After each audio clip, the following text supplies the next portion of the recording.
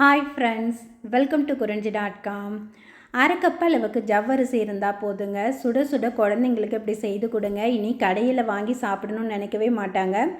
அவ்வளவு சாஃப்டாக நல்லா கண்ணாடி மாதிரி சாப்பிட்றதுக்கு ரொம்ப டேஸ்டியான ஒரு மோமோஸ் ரெசிபி தாங்க பார்க்க போகிறோம். இது எல்லா பொருளுமே நம்ம வீட்டில் இருக்கக்கூடிய பொருட்களை மட்டுமே வச்சு இந்த மோமோஸ் இன்றைக்கி எப்படி பண்ணுறதுன்னு பார்க்கலாம். இப்போ இதுக்கு நான் ஒரு கடாய் எடுத்திருக்கேன். அதில் அரை கப் அளவுக்கு ஜவ்வரிசி, இதுக்கு பார்த்திங்கன்னா நமக்கு மாவு ஜவ்வரிசி தான் தேவைப்படுங்க. நைலான் ஜவ்வரிசி வந்து நம்ம மிக்சியில் அரைக்கும் போது பவுடர் ஆகாது. அதனால் மாவு ஜவ்வரிசின்னு கேட்டு வாங்கிக்கோங்க. இது எல்லா மளிகை கடையிலையும் கிடைக்கும். இப்போ இந்த மாவு ஜவ்வரிசியை நல்லா வெறும் கடாயில் போட்டு, இது வந்து கலர் மாறி அப்படியே லைட்டான ஒரு வெள்ளை கலர் வரும் பாருங்கள்.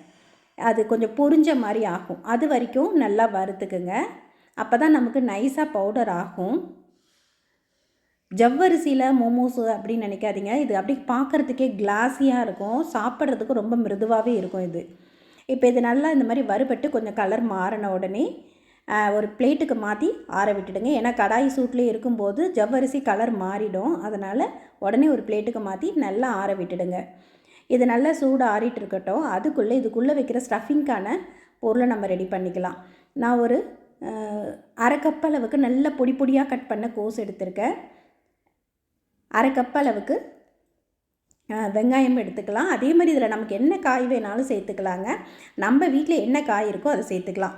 இப்போ அதே அரை கப் அளவுக்கு பொடி பொடியாக கட் பண்ண கேரட்டும் இதுவும் சேர்த்துட்டு, இப்போ இது கூட ஒரு அரை ஸ்பூன் அளவுக்கு உப்பு மட்டும் சேர்த்து நல்லா கலந்து விட்டுடுங்க. கலந்து விட்டு இதை அப்படியே வச்சிடலாம். நம்ம உப்பு சேர்த்ததுனால இதுலேருந்து தண்ணியெலாம் நல்லா வெளியே வந்துடும். அதுக்கப்புறம் நம்ம பிழிஞ்சிட்டு இதுக்கு நம்ம ரெடி பண்ணிக்கலாம் ஸ்டஃபிங்.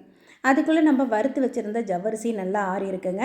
இப்போ ஜவ்வரிசியை மிக்ஸி ஜாருக்கு மாற்றிட்டு நல்லா ஃபைன் பவுடராக அரைச்சி எடுத்துக்குங்க. நம்ம ஜவ்வரிசியை நல்லா வறுத்துட்டு அரைக்கிறதுனால உங்களுக்கு சட்டுன்னு பவுடர் ஆகிடும். இது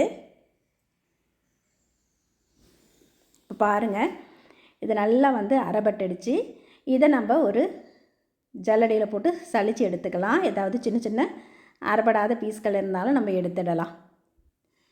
இப்போ இது நல்லாவே அரைபட்டு இருக்குது. இப்போ இது கூட பார்த்திங்கன்னா பைண்டிங்காக ஒரு 2 டேபிள் ஸ்பூன் அளவுக்கு கார்ன்ஃப்ளவர் அல்லது மைதா எது வேணால் சேர்த்துக்கலாங்க. கார்ன்ஃப்ளவர் சேர்க்கும்போது உங்களுக்கு அந்த கிளாஸியான பதம் அப்படியே வரும். நீங்கள் கார்ன்ஃப்ளவர் இல்லாத பட்சத்தில் மைதா அல்லது கோதுமை மாவு எது வேணால் சேர்த்துக்கலாம். ஒரு 2 டேபிள் ஸ்பூன் அளவுக்கு சேர்த்துட்டு இந்த மாவை நல்லா கலந்து விட்டுடுங்க. இப்போ இது கூட ஒரு 2 சிட்டிகை உப்பு மட்டும் சேர்த்துக்கலாம். அந்த மாவுக்கு தேவையான அளவுக்கு மட்டும் உப்பு சேர்த்து நல்லா கலந்துட்டு கொஞ்சம் வெதுவெதுப்பான தண்ணி விட்டு இந்த மாவை நம்ம பிணைஞ்சிக்கலாம். நல்லா கொதிக்க தண்ணி விடணும்னு அவசியம் இல்லை. கொஞ்சம் வெதுவெதுப்பான தண்ணி. இதுக்கு தண்ணி அளவு பார்த்திங்கன்னா நம்ம எந்த கப்பில் ஜவ்வரிசி அளந்து எடுத்தோமோ அதே கப்பால் ஒரு கப் அளவுக்கு தண்ணி பிடிக்குங்க. ஏன்னா ஜவ்வரிசி நல்லா தண்ணி உறிஞ்சோம். அதனால் ஒரு கப் அளவுக்கு தண்ணி விட்டு இந்த மாவை நல்லா இந்த மாதிரி பிணைஞ்சி இதை வச்சிடலாம். இப்போ மாவும் ரெடியாக எடுத்து அதே சமயம் நம்ம காய்கறியில் உப்பு போட்டு கலந்து வச்சோம் இல்லைங்களா, அதுலேருந்து நல்லா தண்ணி வெளியே வந்திருக்கும். இதை நம்ம ஒரு வாட்டி நல்லா பிழிஞ்சு எடுத்துக்கலாம். ஏன்னா இவ்வளோ தண்ணியோடு நம்ம வச்சோம்னா அந்த மோமோஸ் பார்த்திங்கன்னா நமக்கு பதம் சரியாக வராது, சொதன்னு இருக்கிற மாதிரி இருக்கும். அதனால் நல்லா தண்ணியை பிழிஞ்சு எடுத்துருங்க. இந்த தண்ணியை நம்ம வேஸ்ட் பண்ணாமல் நம்ம என்ன குழம்பு வைக்கிறோமோ அந்த குழம்பு கூட இந்த தண்ணியை சேர்த்துக்கலாம். இப்போ இந்த மாதிரி நல்லா பிழிஞ்சு எடுத்துருங்க. இப்போ பார்த்திங்கன்னா காய்கறி நல்லா ட்ரையாக இருக்கும். இதில் உங்களுக்கு தேவைப்பட்டால் நீங்கள் கேப்சிகம் சேர்க்கலாம். அதே மாதிரி ஸ்வீட் கார்ன், சோயா அந்த மாதிரி கார்ன் சேர்த்து கூட எதாவது செய்யலாம். பன்னீர், உங்களுக்கு சிக்கன் தேவைன்னாலும் சிக்கன் சேர்த்து கூட நீங்கள் சிக்கனை வந்து வெறும் உப்பு மஞ்சத்தூளும் போட்டு வேக வச்சு உதிர்த்துட்டு அது கூட நீங்கள் சேர்த்து சிக்கன் மோமோஸ் பண்ணுறதுனால பண்ணலாம். இப்போ பிழிஞ்சு எடுத்த காய்கறி கூட ஒரு 1/4 ஸ்பூன் மிளகுத்தூள், 1/4 ஸ்பூன் அளவுக்கு சில்லி ஃப்ளேக்ஸ் சேர்த்துருக்கேன். குழந்தைங்களுக்கு கொடுக்கும்போது சில்லி ஃப்ளேக்ஸை நீங்கள் அவாய்ட் பண்ணுறதுனா பண்ணிக்கலாம். இப்போ அதே மாதிரி நல்ல ஒரு கைப்பிடி அளவுக்கு கொத்தமல்லி தழையும் கட் பண்ணி சேர்த்து கலந்து வச்சாச்சு. இப்போ இந்த காய்கறியை நம்ம வதக்கணும்னு அவசியம் இல்லை. இது அப்படியே ஃப்ரெஷ்ஷாகவே இருக்கட்டுங்க. இப்போ நம்ம பிணைஞ்சி வச்சுருந்த அந்த ஜவ்வரிசி மாவை திரும்ப எடுத்து நல்லா ஒரு வாட்டி பிணைஞ்சு கொடுத்துக்கோங்க. நல்லா சாஃப்டாக பிணைஞ்சதுக்கப்புறம் இதிலேருந்து சின்ன சின்ன உருண்டைகளாக உருட்டிடலாம். ஒரு நெல்லிக்காய் அளவுக்கு மாவு எடுத்துக்கோங்க. எடுத்துட்டு இதை நம்ம கார்ன்ஃப்ளவர் மாவு தொட்டி திரட்டிக்கலாம். இது திரட்டுறதுக்கும் ஈஸியாக தான் வருங்க. ரொம்ப சிம்பிளான மெத்தடு. கடைங்களில் நம்ம அதிகமாக காசு கொடுத்து வாங்கக்கூடிய இந்த மோமோஸை நம்ம வீட்டில் இருக்கக்கூடிய பொருட்களை வச்சு ரொம்ப சிம்பிளாக டேஸ்டியாக செய்து கொடுக்கலாங்க. அதுவும் இந்த ஜவ்வரிசி மோமோஸ் பார்க்குறதுக்கு நல்ல ஷைனிங்காக அப்படியே உங்களுக்கு கிளாஸி பதத்தில் இருக்கும். உள்ளே இருக்கிற காய்கறி வெளியே தெரியும். அந்த மாதிரி கண்ணாடி பதத்தில் இருக்கும் நமக்கு. இப்போ இதுக்குள்ளே நம்ம 1லேருந்து ஒரு 1.5 ஸ்பூன் அளவுக்கு ஸ்டஃபிங் வச்சுக்கலாம். உடம்புக்கும் ரொம்ப ரொம்ப நல்லதுங்க. அதே சமயம் நம்ம காய்கறியை அப்படியே கொடுத்தோம்னா குழந்தைங்க சாப்பிட மாட்டாங்க. நீங்கள் இந்த மாதிரி மோமோஸாக பண்ணி கொடுங்க, குழந்தைங்க விரும்பி கேட்டு வாங்கி சாப்பிடுவாங்க. இப்போ இந்த மாதிரி ஸ்டஃபிங் வச்சுட்டு ஓரங்களை அழுத்தி விட்டுக்கலாம். இதை வந்து நம்ம இந்த சோமாஸ்லாம் பண்ணுவோம் இல்லைங்களா, அதே மாதிரி நீங்கள் இதே மாதிரி செஞ்சும் வேக வச்சு கொடுக்கலாம். அல்லது இதே மாதிரியே திரட்டிட்டு உள்ள ஸ்டஃபிங் வச்சுட்டு அதை 2 கார்னரையும் நம்ம இழுத்து ஒட்டும் போது அது ஒரு ஷேப்பில் வரும். நான் அதையும் செய்து காமிக்கிறேன். நமக்கு தேவையான அளவுக்கு ஒரு 1லேருந்து 1.5 ஸ்பூன் அளவுக்கு ஸ்டஃபிங் வச்சுக்கலாம். வச்சுட்டு இந்த ஓரங்களை நல்லா அழுத்தி விட்டுட்டு இப்போ அந்த மடித்து விட்ட 2 ஓரங்களையும் இழுத்து நம்ம ஒட்டும் போது இது ஒரு நமக்கு கடைகளில் கிடைக்கக்கூடிய அந்த மோமோ ஷேப்லேயே வந்துடுங்க. இது வந்து மோமோஸில் பார்த்திங்கன்னா ரொம்ப சிம்பிளான மெத்தட். இது ஈஸியாக எல்லாருமே செய்யக்கூடிய ஷேப்பில் ஈஸியாக வந்துடும் இது. இப்போ இந்த மாதிரி நீங்கள் செய்துக்கலாம். இப்போ நான் இது மாதிரியே மீதி மாவையும் திரட்டி எடுத்துடுறேன்.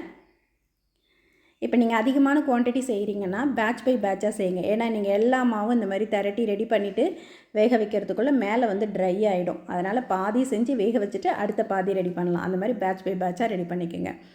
இப்போ இட்லி பிளேட்டில் வேக வைக்கும்போது இட்லி பிளேட்டில் அடியில் கொஞ்சமாக எண்ணெய் தடவிக்குங்க. அப்போ தான் நம்ம வெந்து எடுக்கும்போது பிளேட்டில் ஒட்டாமல் ஈஸியாக வரும். இப்போ இதில் நம்ம ஒன்றோடு ஒன்று ஒட்டாமல் இந்த மாதிரி அடுக்கி வச்சுக்கலாம். இதை இட்லி பாத்திரத்துலையோ அல்லது கடாயிலையோ இந்த மாதிரி தண்ணி வச்சு ஒரு ஸ்டாண்டு போட்டுட்டு அதில் வச்சு வேக வச்சுக்குங்க. இது ரொம்ப சீக்கிரம் வெந்துடுங்க. வேகிறதுக்கு ரொம்ப டைம் எடுக்காது. ஒரு 5லேருந்து 10 நிமிஷத்துக்குள்ளே மிதமான தீயில் வச்சு வேக வைங்க. ரொம்ப ஹை ஃப்ளேமில் வச்சிங்கன்னா அந்த வேர்வை தண்ணியில் அது மேலே படும். அதனால் மிதமான தீயில் வச்சு வேக வைக்கும்போது பார்த்திங்கன்னா நல்ல ஒரு கண்ணாடி பதம் இருக்குது பாருங்கள். உள்ளே நம்ம வச்சுருக்க காய்கறி நமக்கு வெளியே அப்படியே தெரியும். இது ஜவ்வரிசியில் செய்யும்போது தாங்க நமக்கு இந்த கிளாஸி பதம் வரும். பார்க்கவே ரொம்ப டிஃப்ரெண்ட்டாக இருக்கும். இப்போ இதை நீங்கள் அடுப்பை ஆஃப் பண்ணி ஒரு 2 நிமிஷம் அப்படியே விட்டுட்டிங்கன்னா அந்த பிளேட்லேருந்து எடுக்கிறதுக்கு ஈஸியாக வந்துடும். நான் ஜவ்வரிசி இல்லைங்களா, அதனால் கொஞ்சம் ஆற விட்டு எடுத்துக்கோங்க. இப்போ இதுக்கு மேலே வந்து ஒரு சாஸ் ரெடி பண்ண போகிறோம். அதுக்கு ஒரு 4 பல் அளவுக்கு பூண்டை நல்லா பொடி பொடியாக கட் பண்ணி ஒரு பவுலில் சேர்த்துருக்கேன். ஒரு 2லேருந்து 3 டேபிள் ஸ்பூன் அளவுக்கு நல்லெண்ணெயை வந்து நல்லா சூடு பண்ணி இந்த பூண்டு மேலே ஊற்றிக்குங்க. பூண்டை நம்ம வதக்கினோம்னா அந்த சாஸோட ஃப்ளேவரே மாறிடும். இதனால் சூடான எண்ணெயை விடும்போதே அந்த பூண்டு ஓரளவுக்கு வெந்து வந்துடும். இப்போ இது கூட ஒரு 1/4 ஸ்பூன் அளவுக்கு வெள்ளை எள்ளு சேர்த்துருக்கேன். ஒரு 1/4 ஸ்பூன் சில்லி ஃப்ளேக்ஸும் சேர்த்துட்டு இது கூட ஒரு 2 ஸ்பூன் அல்லது 3 ஸ்பூன் அளவுக்கு டொமேட்டோ சாஸ் சேர்த்துக்கங்க. உங்களுக்கு எந்த அளவுக்கு தேவையோ அதுக்கேற்ற மாதிரி சேர்த்துக்குங்க. இதுவே போதும். இதுக்கு நல்ல ஒரு சாஸுங்க. சாஸ்லாம் கடையில் வாங்கணுன்னு அவசியம் இல்லை. ரொம்ப சிம்பிளாக நம்ம வீட்டிலே இந்த மாதிரி செய்துக்கலாம். இப்போ இதில் இருக்கக்கூடிய எல்லா பொருளுமே நம்ம வீட்டில் இருக்கக்கூடிய பொருட்களை வச்சு செய்யும்போது ஆரோக்கியமாகவும் இருக்கும், அதே சமயம் ரொம்ப டேஸ்டியாகவும் இருக்குங்க. நல்ல ஃப்ரெஷ்ஷான ஒரு சாஸு. அதே மாதிரி நம்ம ஃப்ரெஷ்ஷாக செஞ்ச அந்த மோமோஸோடு சாப்பிட்றதுக்கு ரொம்ப நல்லாயிருக்கும். இப்போ நீங்கள் இதை அப்படியே சாஸை தனியாக வச்சு சர்வ் பண்ணலாம், அல்லது இந்தமாரி மோமோஸ் மேலே ஊற்றியும் நீங்கள் சர்வ் பண்ணும்போது ரொம்ப சூப்பராக இருக்கும்.